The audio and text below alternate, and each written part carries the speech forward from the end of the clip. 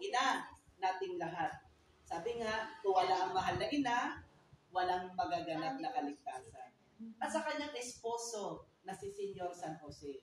At sa lahat ng mga anghel at mga banal sa langit, mga santo at santa sa kalangitan, mapagpalang hapon.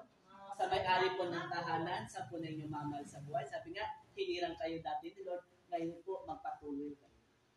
Dahil tinanggap niyo po si Mama Mary, sabi nga, pag umaakyat ang Mahadina, pagpapala ang darating.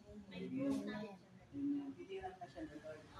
At kay Nanay Virgie, na walang sawa kung sumusunod sa gawain natin.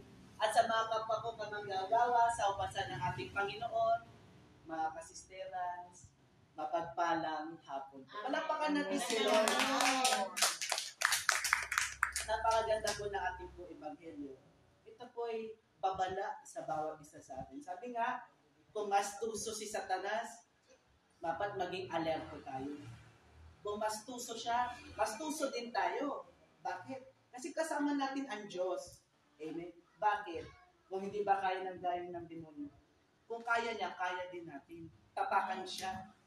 Labanan natin ang masama. Sabi nga, ang nakakalaban lang sa masama ay yung gumagawa ng mabuti. Amen. At gumagawa ng higit pang mabuti. Diba? Para hindi ka lapitan ng dyablo, magumpisan ka. Yan ang pinaka-the best weapon. Para hindi ka pasukin ni Satanas. Kailangan mangumpisan. Kailangan manalangin. Kailangan mag-ayuno. Kailangan magsiba. Yun po ang tinuro po ng ating founder na si Brother T. Kung may kasalanan po agad tayo, kailangan natin mangumpisan at bumalikwas agad sa kasalanan. Kasi po yun lang po ang susi. Kung nais natin makapunta sa Diyos at nais natin siyang makita, kailangan po buong sincere tayong mangingin ng tawad sa ating Panginoon. Sabi nga, saan tayo mangumpisan? Sa pari po. Bakit tao lang din yan? Sabi nga ng Diyos. Di ba, sabi sa banal na aklat, di ba nung may isang kitungin, na sabi niya, Panginoon, pagalingin mo ako. Sabi niya, ano niya? Sige, pagagalingin kita. Pero pumunta ka muna sa mga saserdote at ikonsulta mo ang iyong kasalanan. Isabihin, humingi ka ng pagpapatawad. At tsaka kapag napatawad na ang iyong mga tsaka ka bumalik sa akin at pagagalingin kita. Amen. Yun lang po ang sikreto. Kaya kung may soldier of Christ, alam niyo po itong si Mama Mary, siya po ang unang tabernakulo ng Diyos. Di ba nakita natin sa simbahan, may tabernakel. Sino nakakalap sa tabernakel? Di ba yung tabernakel? Doon nilalagay ang body of Christ pag nagmimisa. Si Mama Mary po, siya po ay tabernakulo. Siya po ang unang buhay na tabernakulo ng ating Panginoon. Bakit po? Sa siyam na buwan na dinalaga sa kanya sinapupunan ang ating Panginoon, ang ating tagapagligtas. Naganap po ang kaligtasan.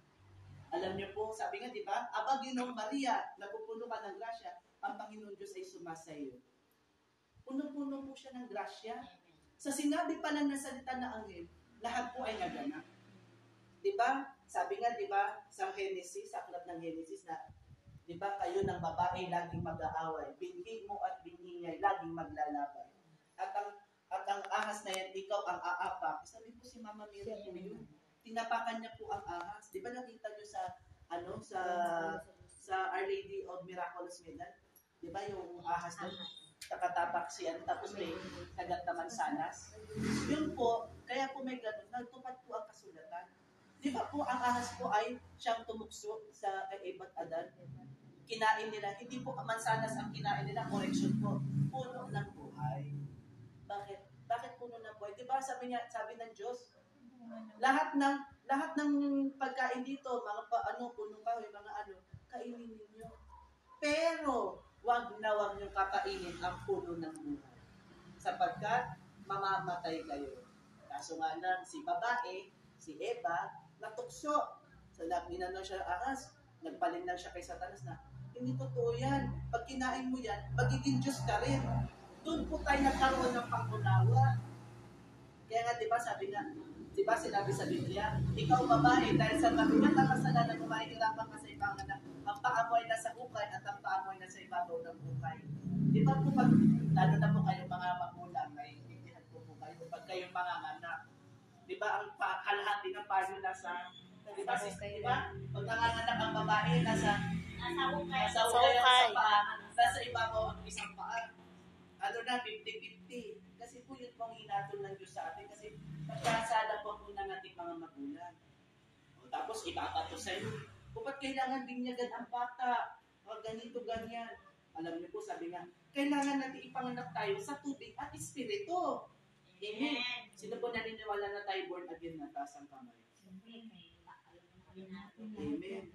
Tayo po ay born again na. Ang ibig po sabihin ng born again na bago. Kasasalita ka ng born again na pastor. Ay, born again ka na ba? Ligtas ka na ba? Sumali ka sa akin at mag-born again ka. Eh, tayo nga muna born again eh. Ibig sabihin po ng born again, binago. Ibig sabihin, bininyagan tayo sa tubig. Sabihin niya, tubig na binyag at sa kupil yung espiritu. Sa dilang apoy. Kaya po si Satanas, galit na galit sa mga anak ng Diyos. Bakit po? Diba, ang sabi nga ng Diyos, ang nakakalaban lang kay Satanas ay ang pag-ibig. Kung walang pag-ibig, dyan papasok si Satanas, titirahin ka na, susunggaban ka niya.